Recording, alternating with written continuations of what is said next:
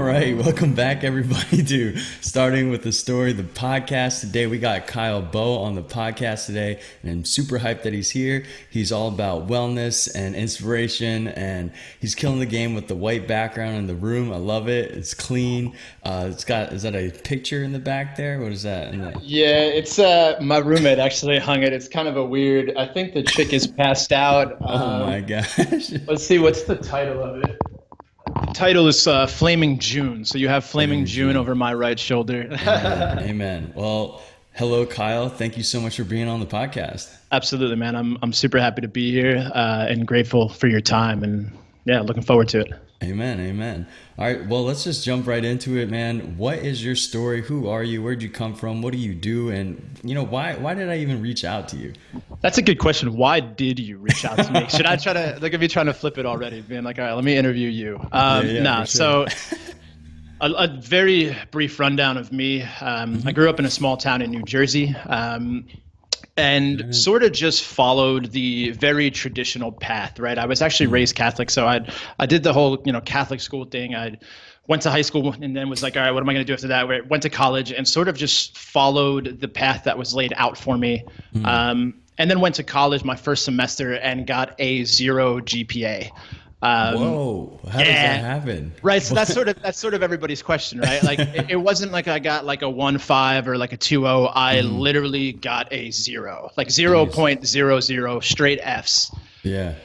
And like I love telling the story because I just think it's historically awful. Like you have to try to be that bad at college. It's just you don't really hear that, For sure. I've never heard that before, so this is crazy. For sure. So I went there and was unsure of even wanting to go, but didn't have the security in my own beliefs and my own confidence and myself really to say, no, I don't want to do this. And to also be uncomfortable with not knowing to be comfortable with not knowing what I wanted to do. So it was a very uncomfortable place to be, to say, no, I don't want to do that. But I'm going to take the time to figure it out. So instead of saying that, I just went and did something that I didn't really want to do, and then ended up there and just went, I don't want to be here. And because I had allowed other people to sort of make that decision for me, and ultimately, right, I have to take responsibility for that, but I allowed other people to push me into that and was just kind of like, all right, cool, I'll do it. Once I had sort of the authority to begin making decisions, I was like, I'm not going to go. And so I dropped out after that because, right, my report cards came home the first kind of semester. And I was like, no, don't look at that. Don't look at that. Don't look at that. And then my parents got a piece of mail that was like, well, you've been dropped from your scholarship. And they were like, well, you only get dropped from the scholarship if it's below a, X GPA. What did you get? And I was like, well, funny story about that. So I dropped out and just started being a waiter and a server. And, honestly, I loved it. And a lot of the skills that I have now, I developed at that time without even recognizing it because I just spent so much time interacting with other people. Yeah, and so, having to bounce from different tables allowed me to get sort of these people skills that I didn't even realize I was developing. And nothing against servers or waiters or the restaurant industry, right? There's a lot of great people in it, and it's actually really difficult work. Like people think it's unskilled labor, but like it's really difficult to be able to talk to that many people and balance that. So no disrespect there, but a lot of people kind of gave me that like, hey, you should be doing something more than this, and like you need to be pushing yourself harder. And one of the things that really stuck with me from that time is someone said like, you're not fulfilling your potential, like you're not living up to it. And they sort of gave me that Goodwill Hunting thing. The scene where like it's Ben Affleck looks at Matt Damon and he says, man, you know what you can do for me? Like stop staying here. Like I want to show up one day and have you not be here. Dude, such an amazing scene. Right? So somebody kind of hit me with like my own personal version of that. And I was like, man, like I got to get my shit together. Like, yeah. Because it was like at that point, all of a sudden I realized I was like, man, I've had so much opportunity in my life, and I've done the hardest work that I've done in my life is squandering all of the opportunity that I've had. And so I sort of felt like I didn't just owe it to myself anymore, but I owed it to other people to like go out and do something bigger. But I still wasn't really ready to figure out what that was on a large scale. Right. So I was still kind of like, all right, well, I'm going to go start working hard at stuff and hopefully something comes. So I re-enrolled in college. And at this point, I just did it because I really wanted to do it. And I really wanted to learn. And I felt like that was the place to do it. Now I know that there's, these online courses and there's this whole other world that I'm now kind of involved in. But at the time, I was sort of just stuck in this paradigm of like college is the way. And nothing against college. It was super helpful for me. So I went back and just started taking classes that I was super interested in. Film history, art history, comm theory, philosophy. And all of a sudden, by the time I graduated, and I even went back and all those classes that I got F's in to get that 0, I went back and retook. Awesome. And I ended up with like a 3.7 GPA by the time I graduated. Nice, dude. And it was something that was really important to me. Like I needed to have above a 3.0 because that was like, that for whatever reason, that was like the thing, right? And once I did that and graduated, someone was like, well, you should go to grad school. And I was like, all right, well, school's kind of been the only thing that I'm good at. And it felt like I was moving in the right direction, right? Like I was still kind of pushing towards something, but I was simultaneously still not making decisions for myself. Because it was like somebody else was like, hey, this is what you should do. And I was like, all right, well, I'm good at school. It makes it look like I'm still doing other things. Let me do that, right? But ultimately, underneath all that, I was still not making decisions. Right. And that root was still in there, right? So like that root of not being able to have confidence in my own decisions, the insecurity to, make a decision, see it through and deal with the consequences of it was still underneath all of that. So there was like this huge positive that kind of happened where I proved to myself that I could set my mind. If I set my mind to something and went out and did it, I could do it. But there was also this negative of like, well, you're still not making decisions, right? So I go to grad school. I applied to grad school to kind of San Diego. And I think this is where, so I was from Jersey, right? Apply to grad school in San Diego, get in and move across the country entirely. Wow. And this is kind of where I start to shift into this space of like starting to make decisions for myself, but there's still this like underlying issue with like following what other people do. I was dating a girl that lived out here at the time. So there was still some of this stuff, like I'm just kind of following other people. So, as I'm like looking for, so I accept the offer and I'm looking for jobs while I'm like, before I move out here, I'm on Craigslist. And literally as I'm looking for jobs, I get an email from the director of the program at the university at San Diego State. And he says, do you want to teach public speaking? And I was like, oh, wow. I mean, you have my transcripts, homie. Like I got a C+. And it was one of those classes that I failed the first time. And even when I retook it and was like dedicated to being good at things, public speaking was still terrifying to me. Yeah. But I was like, well, I need a job. I don't want to move across the country and be broke. So sure, what the hell? How bad could it be? Yeah. How'd that go for you? Good now. Nice. But the first week we go through, I got here, I moved here in middle of July and we started teaching at the end of August. And in the middle of August, you go through kind of a training, right? Where it's like, here's how in a week, they give you like, here's what you have to do to be a good teacher. Right. And at the last 2 days of that, the first half of that day, of each day, we had to give a demo. So each one of the prospective teachers had to give their own teaching demo. Right. I was on the last day and I was one of the last people to go. So I don't know if you've ever done like a talk or something where there's like an order. I hate being at the end of it because all I do the whole time is sit there and think about when I'm going to go. I would much rather just be like, yo, go first, get up and I'm done. Instead of having to watch other people go. Oh yeah. It just gives you more time to just like, hammer yourself about things and be like, oh God, I got to remember to do this or that or all that jazz. Right. Well, and then like I'm watching people rock it. I'll never forget my homie JP was a pastor. JP. Yeah, right. And so shout out to JP if you ever hear this, my dude. He was super inspiring to me. But he had been a pastor in Texas before coming into this grad program. Oh, wow. And so he gets up and does this like 10-minute like inspirational, like has people hugging people and greeting people different ways. He does this activity and he says like, hey, I want you to greet someone and imagine that you've known them for like 100 years and like greet them like that. And now greet someone like you've never seen them before. And he does all these crazy things and it's just super powerful. And then like 3 people later, I have to go. Yeah. And I remember Michael Rapp, who is like our trainer, saying, hey, Kyle, all right, you go. And I was like, and that's pretty much all I remember of my presentation.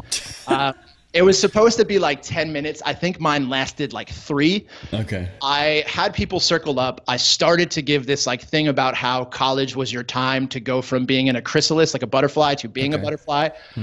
I remember writing the word on the board and that's it. And 2.5 minutes later, I came to and I was sitting in a chair shaking because I was trying to hand the marker over to somebody and I had blacked out because of how nervous I was because I hated public speaking and had to then go and do it and had to teach how I had to show how I was going to teach public speaking, even though I was terrified of it. Wow. And so it's now the next year people come in and they're like, "Oh, you're Kyle. Oh, you're that Kyle." And dude. I'm like, "What do you mean?" You had a reputation, right? And so I'm like, "What do you mean?" And so I find out that it's now used as the story where you're like, "Hey, you'll never be this bad." And we still let this guy teach. No. That's awesome though. So a little bit of both. Yeah, right. So it was like, hey, it's sort of this like you'll never be as terrible as he was, and he still had a job and he still did fine. So like, don't worry about it because you can't bomb that bad. Yeah. And it's How's like, that make you feel? Dude, great. Because that was a huge part of. Partially, that was a part of why I said, yeah, I'll do it because it scared the shit out of me. Yeah. I was terrified of it, and I lived up to that point not doing things that scared me. And it was like, what was one of the biggest things that scared me was like owning my voice and like having something to say and like ultimately like putting myself out there in front of people, right? That was why I was so terrified of public speaking because I was like, oh my God, these people are judging me and like, what are they going to think? And it's like that insecurity that I had under all that. So I was like, well, what's the quickest way to get out of that? Well, we'll go teach other people how to do it. And every single day I'm teaching public speaking, I'm learning how to do it. And yeah, man, I actually love that it's used as that example because it's like, that's what's inspirational for a lot of people, right? It's like, you look at somebody like Martin Luther King and granted we're inspired by him, but I look at him and I don't go, wow, I can be like him. I'm like, holy, like, he's amazing. Yeah. But the stories that we get inspired by are the people that we look at and we're like, oh, he was terrible. Yeah. Like I could do that. Like I would say that I'm a good public speaker now. And people kind of think it came naturally, but like the way that I got good at it was just by being bad at it for so long. Yeah. And so there's this sort of I was actually just listening to a podcast today with Matt Belair. He does this like mind, body, spirit podcast. And he went to study with 34th generation Shaolin masters to study martial arts with them. Right? Dude, that sounds crazy. So he was saying these are like gnarly dudes. And there's this one guy who, it's one of those stories that I hear that I'm like, no way. But he says that he can break a brick with 2 fingers. Sounds about right. No. So Matt was saying that he interviewed him and he was like, yo, how did I guess he didn't say yo to this like 34th generation master, like, yo, dude. But he said like, yo, how do you do it? Like, what's your trick? And the guy said, there's no trick. And he said, no, seriously, come on. Like, what's your trick? Like, what's your secret? And the guy was like, no, there's no trick. And he asked him again, hey, what was the trick? And he said, no, like there's no trick. And he said he started slamming his fingers down on the desk in front of him and said, I did this every day for 8 years. And I meditated every day for 8 years. He's like, there's no trick. He's like, the secret to becoming extraordinary and being superhuman is just commitment. He's like, being extraordinary is actually an incredibly ordinary process. It's just a matter of sucking at the thing for so long. Yeah, I like that. Right. And so that's why it's like I'm stoked that I was terrible at things. And that's why when I see that I'm like when I'm bad at things, I'm like, oh, I'm going to go be bad at that thing. And and then I get to share those stories with people. And that's sort of how I ended up where I'm at now, is like by doing the things that scared me and by being bad at them. And instead of trying to be this like crazy, hey, you're amazing and go be amazing thing, it's like go be terrible at something. Right. It's like mediocre, you got to start somewhere. I like that a lot. For sure. And for me, it's about trying to break down that process into something that's really practical, right? Because we think that there's these like, and there certainly are, there's definitely people that are just like amazing at whatever they do, right? Like the Beethovens of the world that are just, but there's a reason why they stand out. Whereas there's a lot of people that are really good and really at the top of their field. And it's because they worked at it so hard. Yeah. Yeah. I find it so fascinating because like nowadays with entrepreneurship and just like being your own boss and doing a bunch of these, self-empowering things, a lot of the things that people provide value with is giving tips on like, oh, these are the 5 tips I have for success, or this to the road to riches or wealth or health or whatever. And if you read all these things, they all say the same thing. And like you said, it's just like a very ordinary process that you just have to be committed to. And I find that super fascinating, that we are all striving to find these tips and tricks and the shortcuts, but in reality, there is none. And it's just like our perspective and our imagination of these things. For sure. Well, and that's why it's like the idea of like hacking something is like, I understand it. And I think there are certain things that you can hack, but I think the thing that we should start with is our perception, right? Is our mind. But ultimately it's like, I know that saying something like, one of my favorite phrases is go through the suck. Like, and I know it's not something that like, well, one, it sounds kind of weird. So sorry to anybody, but 2, it's like, you're not going to slap that on a t-shirt, like go suck at something. Yeah. But it's like, someone's like, well, how'd you get good at that? It's like, well, go be bad at it. Yeah. Like, and that's why one of the things that like when I started to figure out what I wanted to do with my life was like, what are the things that I love enough to be bad at it? And like, because the thing is like, you're not going to be, at least from my perspective, there's no one that's ever been successful at something that hasn't failed a million times before they've been successful. And so it's like, what's the thing that you love enough to do that much? Because I mean, what's the thing that you can enjoy being bad at? You know what I mean? Which is like, again, it's not the sexiest sort of motivational thing, but it's like, it's a very realistic way to think about it. Yeah, it's the most practical, I feel. I agree with that 100%. Well, and for me, it also like, what it starts with also is like, you have to understand that failure isn't a bad thing, because I know that there's sort of this thing like with, right. So even like going back, that's why I love the story of my 0.00 GPA, right? straight Fs. Yeah. Which by any metric is like terrible. Yeah. It can only go up though. Exactly. Right. There's only opportunity and possibility from that. And in a lot of ways, it's sort of the thing that started to project me forward, was like being like, oh my God, I got to get my shit together, you know? Yeah. Yeah. So you ran us through a little bit of your journey, but you mentioned your fear of public speaking and whatnot. What other fears have you faced in your experience to where you are now / where are you now? Oh man. So where I'm at now, I'm a life coach, which is a term that bothers me, but that's, what I do. I do some blogging. I do some speaking, some podcasting, right? Just sort of this idea of being a content creator, just in all different realms. And I think that's one thing that I've continued to embrace, is the evolving notion of public speaking. If we consider it as just putting yourself out there in front of people, every time there's a new challenge with that, I try to step up and do it and see what happens. So something like doing a podcast is a different version of public speaking, right? So I go and do something like putting a video on YouTube, public speaking. So I go and do that.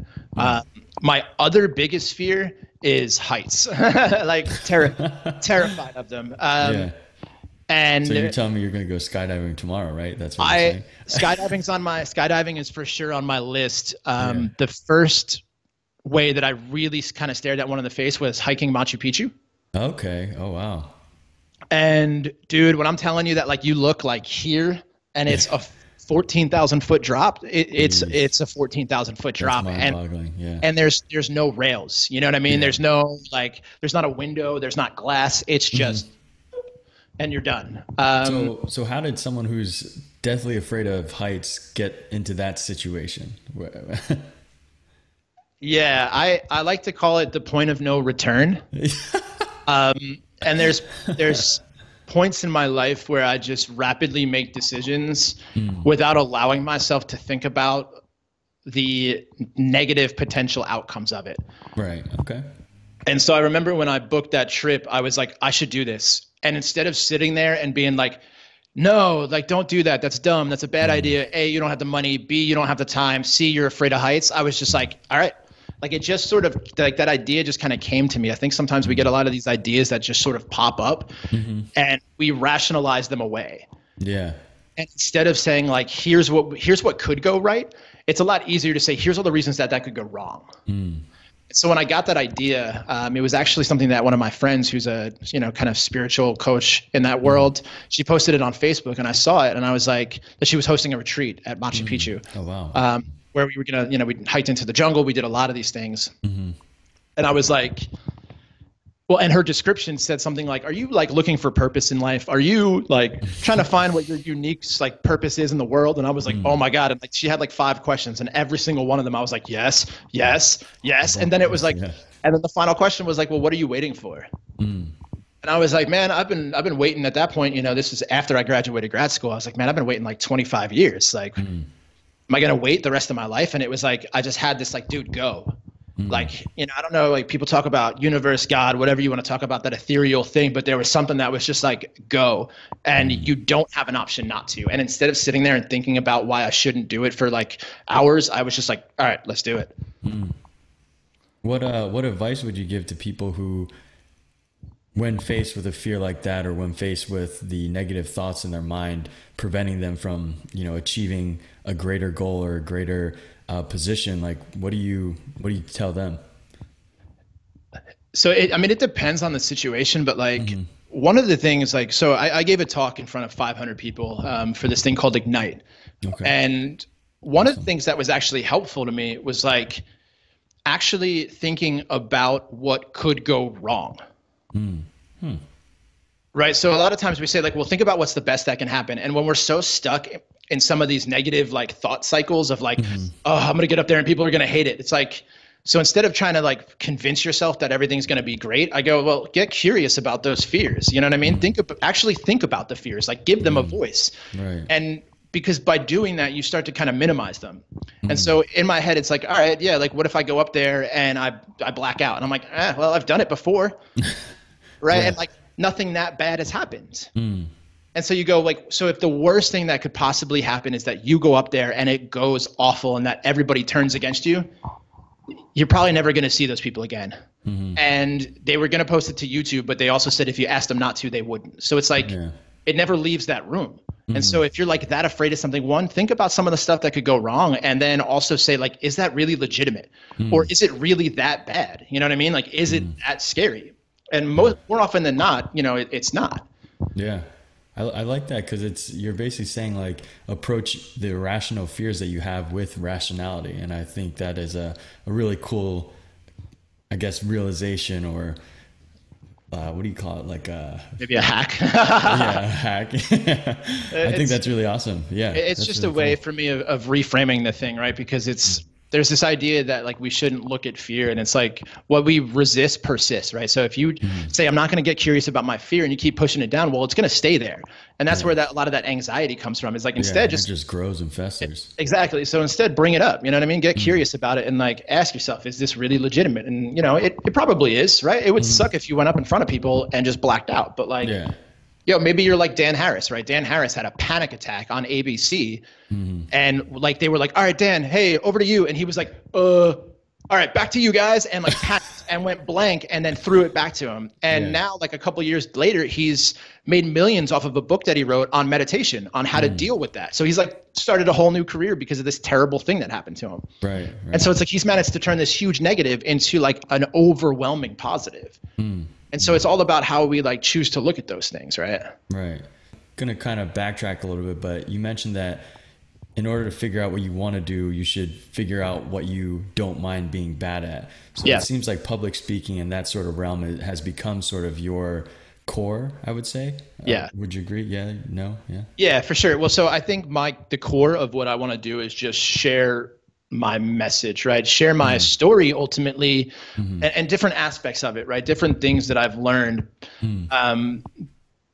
So whatever medium that takes is one that I'm willing to do, right? So I write every single day. I try to do like 5 minutes in audio every single day, because these are all different platforms for sharing kind of my message, right? Yeah, 100%. And so I think that the commitment to sharing that story and that message really, and different little snippets of my story, right? There's so many different things that are kind of wild in my life that I want to, you know, help people with, help them with that story. That it really just depends on what medium is most appropriate for that.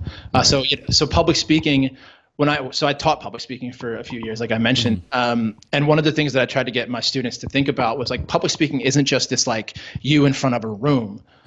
I like to think about it like this is public speaking right now. When you post a blog on the internet, that's public speaking, right? Like what public speaking really is like sharing who you are with somebody else.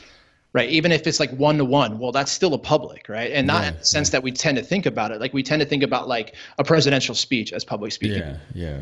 Or you against like 700,000 people or whatever. Yeah. Right. And well, even anymore, like there's so many, like you can publicly speak from the palm of your hand with your phone, right? Post on Instagram, that's a public speech. And like we don't think about it that way, but it's like once we start to see things like that, you're like, holy crap, right? I can share my message from my hand with the world. And two, then it's like we recognize how much power we have. And so that's my thing is like I'm committed to being the best that I can be on every possible platform. And sometimes I wonder if I spread myself too thin with that, but it's like at the core of it, it's the same thing, right? And so what I'm working on now is optimizing that across platforms. Right. So you mentioned that you would consider yourself kind of like a creator of sorts, and like you said, dispersing your content throughout different mediums and different platforms. When you do that, do you ever hit like a writer's block or a creative block? And if so, like how do you overcome that? Because if you're trying to produce content for all these different platforms and they all have their own methodology behind how to do it, what to do, and that specific method, there has to be some sort of, sometimes it just doesn't work out. So what is that process like? Yeah, man. I mean, every day, right? I think that writer's block for me is this idea of resistance. And it's the hardest thing with being a writer or being a content creator, I think, is showing up. Because there's a million reasons why you shouldn't sit down to create that day. But for a while there with myself, I had kind of gone through this period of like, I don't know. I don't know what I want to, like, I don't know how I want to show my stuff like to the world. And so very recently, actually, I issued myself a content challenge. Excuse me. Yeah. Where I said I was going to I was going to write 500 words a day for 90 days. Awesome. And so, I got about 10 days into that, and I'm also posting it to Instagram, right? I'm just every day, just my word count. And not just for me, right? As a way to hold myself accountable. And I got like 10 days into it. And the first 10 days I posted every single day. And then it was like day 11 and I didn't post to Instagram. And then it was like day 12 and I didn't post. And then day 13, I was like, I don't really want to do this. I want to quit. And I was like, whoa, actually wait, like that's exactly why you shouldn't. That's the whole point of the challenge. Exactly. Right. And I was like, well, wait, man, people have been looking, and I was like, who cares what people think? And I was like, you know what? No, like, I don't want to do that. I don't want to be that voice for people that it's like, oh, hey, commit to something. And then 10 days in, change your mind. Yeah. So I've, now I'm like 25 days in and I'm at like 12,000 words, something like that. Nice. And the goal was to get to 45,000. That was 90 words a day for 500 or 500 words a day for 90 days was 45,000 words. Yeah. Math. Yeah. Right. Not my strong suit. That's why I'm public speaking. So, and as I'm doing that, I'm realizing I set out to write a book, and I got to finish my book actually. And I got like 15 days into it, and it was like, that wasn't going to happen because it was just, there's still so much in different areas that's coming out that needs to just kind of come out, right? Sometimes it's like, I think there's stuff in there that's like, you just got to get it out on paper. And I'm realizing that as it's like coming out, that there's similarities in what I'm writing, but there's a lot of things that would work for different areas. And so for me, it's all kind of born out of writing. Like I would say I've been a writer my whole life. Yeah. It's something that I've been doing since I was like 3, right? As long as I can remember, I've been writing. Like I've been sitting in the right, like all the time. So for me, it starts there. And then it's about diversifying from that, right? So like for me, that's what's most comfortable. But I also recognize that that's only one way to get your message out. And like, who knows, starting a podcast may be the thing that takes off for me. And it's as legitimate of a platform as me writing. And because I'm just more comfortable writing doesn't mean that I can't write ahead of time and then spin it to a platform like this, right? So I think it's about find what works for you. Maybe you're great at making video. And if you're great at making video, make videos and then transcribe them and turn them into blogs. Right. Awesome. I like that because it's everything is spurring off of your strength, and you just kind of branch out and use that as your core base, but use that to adapt it to other scenarios. So I like that a lot. Yeah, So, for sure. Unfortunately, we are coming to the near end of our podcast. Time is flying. Goes so quick. So quick. So before we get into it, I just wanted to say thank you and acknowledge like all the energy that you brought to the podcast and all the energy you're bringing to your daily life and bringing value to other people, whether it be through wellness or public speaking or podcasting, what have you. So I really appreciate that. And I really appreciate you spending some time here to share your knowledge with our listeners as well. So thank you. Yeah, man. And I really appreciate the people that create those platforms, right? Because otherwise I'm just a, crazy dude yelling into a camera that nobody's watching. So I appreciate you, and I appreciate the chance, man. It's been great to connect. Yeah. Amen. Amen. So are you ready for the final 3 questions of our podcast here? Ooh, all right. Yeah, let's do it. All right. So the first question is, what has been the favorite chapter of your life so far? This one. Yeah, I feel like a new one's starting over, or a new one is starting right now. And so far, the last one was. And if you had asked me at the start of the last one, I would have said the one before that. Yeah.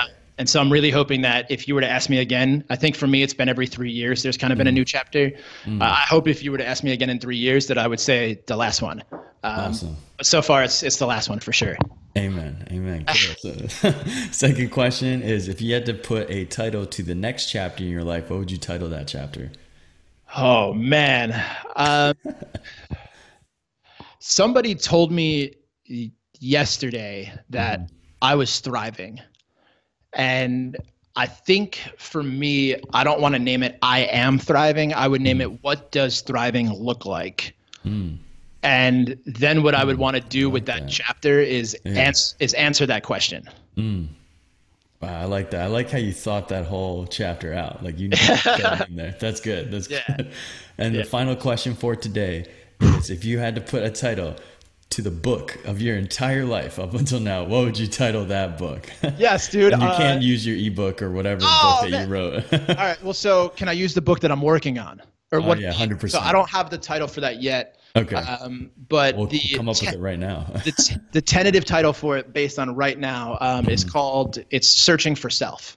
And the idea, I guess, it would be searching for self, like some sort of like a bold adventure in uncovering meaning and purpose, right? And the idea is, where do what is self, like where does that come from, and ultimately trying to answer the question of like, who am I?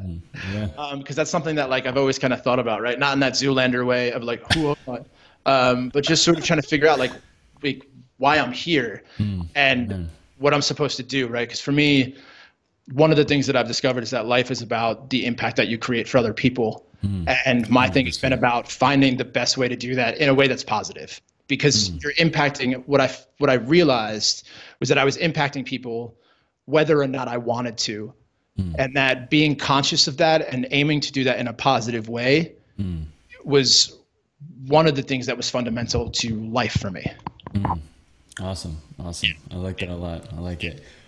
Well, Kyle, you got through the interview. You got through the triple threat questions at the end there. This is your chance. Where can our listeners find you, hear more about what you're up to, your stories, your books, and all that jazz? For sure. So I would start with my website. It's kylebowe.com. It's KYLEBOWE.com.